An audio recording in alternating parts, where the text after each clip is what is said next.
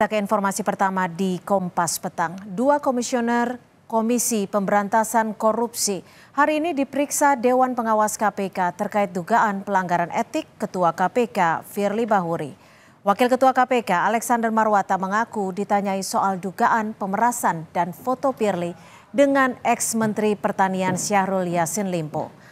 Diperiksa selama 1,5 jam, Alexander Marwata mengaku tak tahu menau soal dugaan pemerasan Firly, juga soal fotonya bersama Syahrul Yassin Limpo.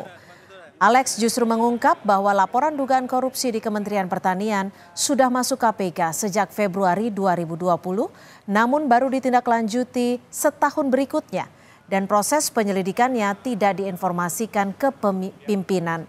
Tetapi penetapan tersangka Syahrul Yassin Limpo bukan berasal dari laporan tersebut, melainkan dari laporan aduan masyarakat lainnya. Marwata bilang jika satu pimpinan Mbalelo tak mungkin menghentikan proses pengusutan perkara.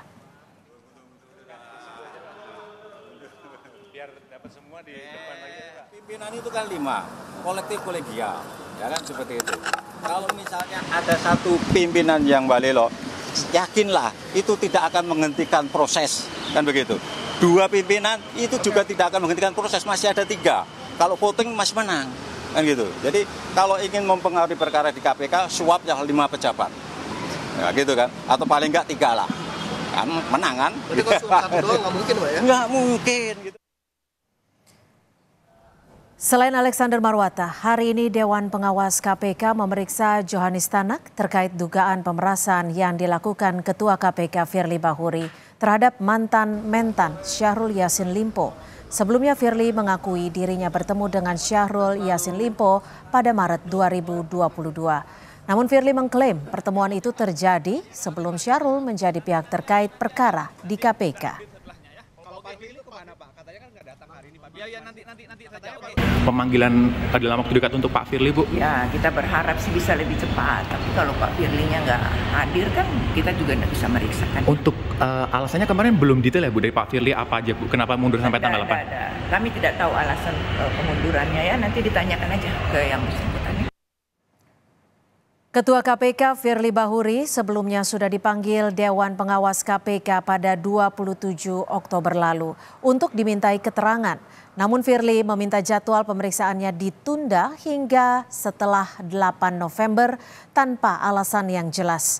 Firly malah muncul dalam turnamen badminton Kasat Cup melawan mantan Kepala Staf Angkatan Darat Jenderal Dudung Abdurrahman pada 29 Oktober kemarin.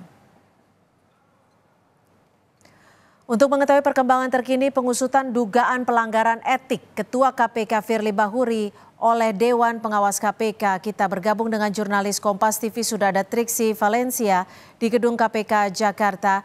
Triksi, apa saja yang digali Dewan Pengawas KPK dari Wakil Ketua KPK Johanis Tanak? Apakah juga digali terkait perbedaan pendapat pimpinan KPK soal penetapan tersangka Syahrul? Triksi. Ya, Cynthia, terkait dengan pemeriksaan terhadap pimpinan KPK yang lain, dalam hal ini adalah Johanis Tanak. Sebelumnya akan kami sampaikan bahwa dari Dewan Pengawas menyampaikan sudah selesai pemeriksaan terhadap Johanis Tanak ini sekitar pukul 15.20 waktu Indonesia bagian Barat.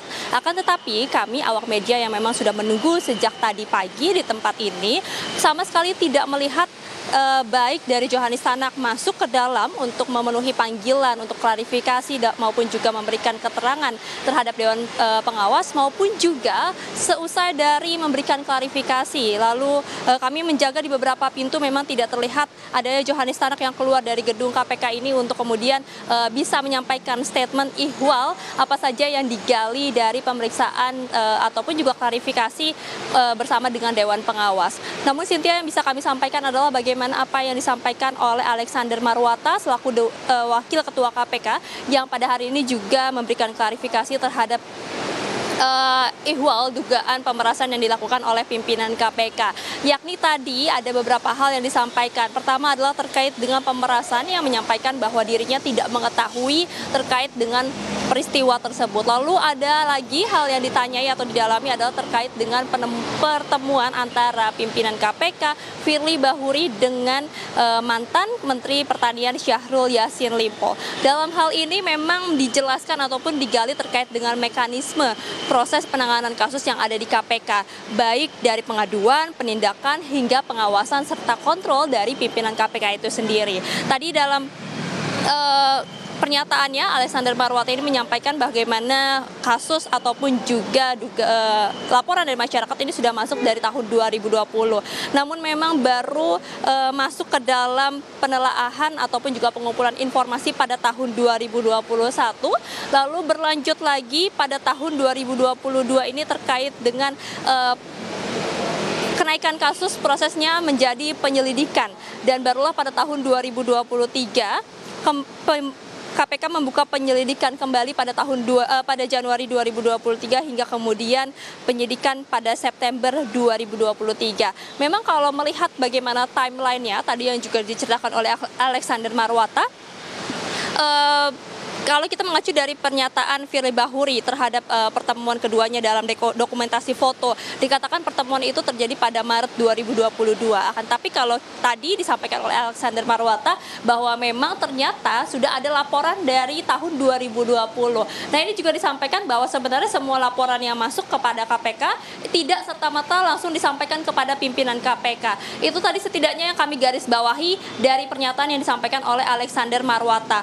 Pimpinan KPK baru menerima laporan ataupun juga mengerti terkait dengan laporan-laporan yang sedang didalami oleh penyidik KPK ini setelah masuk ke beberapa tahap, seperti misalnya sudah ditemukan alat bukti ataupun juga sudah bisa menetapkan tersangka maupun juga ketika sudah bisa dilakukan gelar perkara. Inilah baru diketahui oleh pimpinan KPK terkait dengan laporan-laporan yang masuk ataupun juga laporan yang sedang diproses oleh pimpinan KPK. Itu setidaknya yang disampaikan oleh Alexander Marwata usai dari pemeriksaan ataupun juga klarifikasi di Dewas. Cynthia.